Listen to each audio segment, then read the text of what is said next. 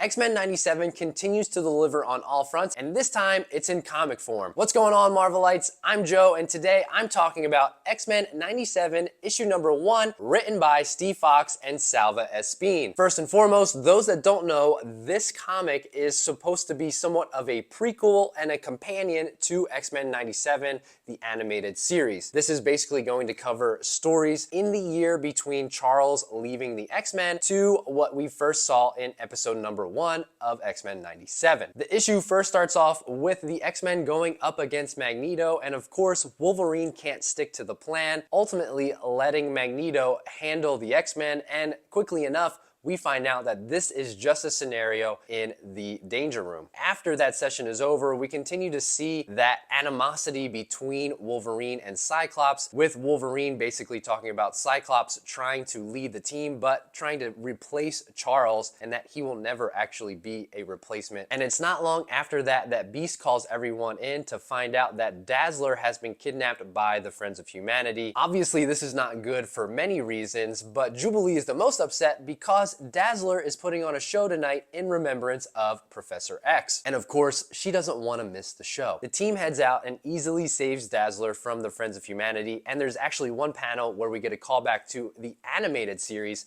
where Cyclops kind of was dating very quickly Dazzler when she was like, "You never came back to the bar to come see me play again," and Cyclops kind of plays it off very coy, and even when he returns back to the X-Mansion, Jean wants to talk to him and he's like, trust me, there's nothing between me and Dazzler. It was just a great little Easter egg to the animated series. But after they're done saving Dazzler, we have the UN come in to go ahead and arrest some of these Friends of Humanity folks. However, in particular, Wolverine can smell something, but he can't quite put his nose on it. And that's because we see one of the federal agents, when he's arresting someone from the Friends of Humanity, basically say, "Hey, don't worry, I'm gonna get you out of here." And that's because we see his name said in the next panel, and that happens to be Carl Denty. And if you've seen the first episode or know anything from the comics, Carl Denty is Executioner. As they arrive back at the X-Mansion, Jean has something to tell Cyclops. However, Cyclops is too sidetracked with trying to lead the team and be the best leader that he can be,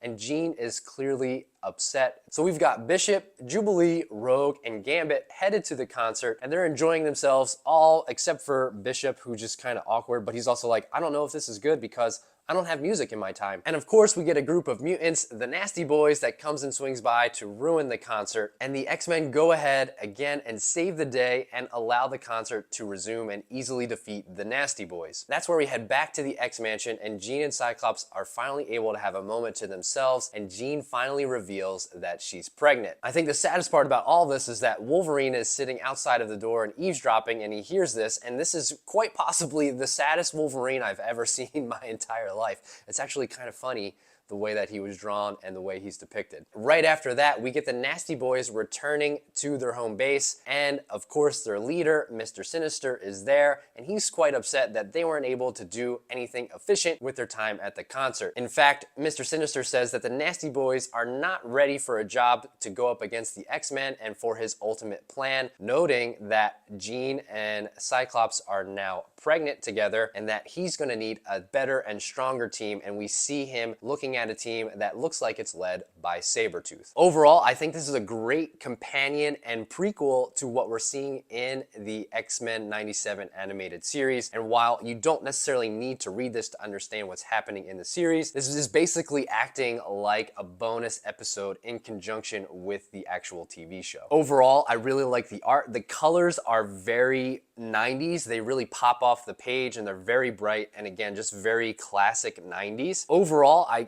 I like the issue. I would give it a 9 out of 10. I'm excited to see where the story goes. However, I think by itself, for the 4 issues that it's going to be, if you were not watching the show, it would be kind of a little bit of a boring read, is in my opinion. I think in conjunction with the show, it's really good, and again, a great companion comic. But I think if you were not watching the show and you just read this comic, in comparison to other things, it would just be kind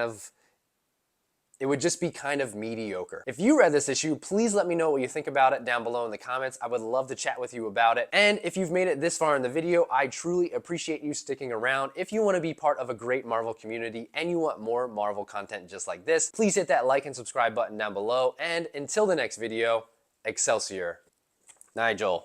No, no, no, no.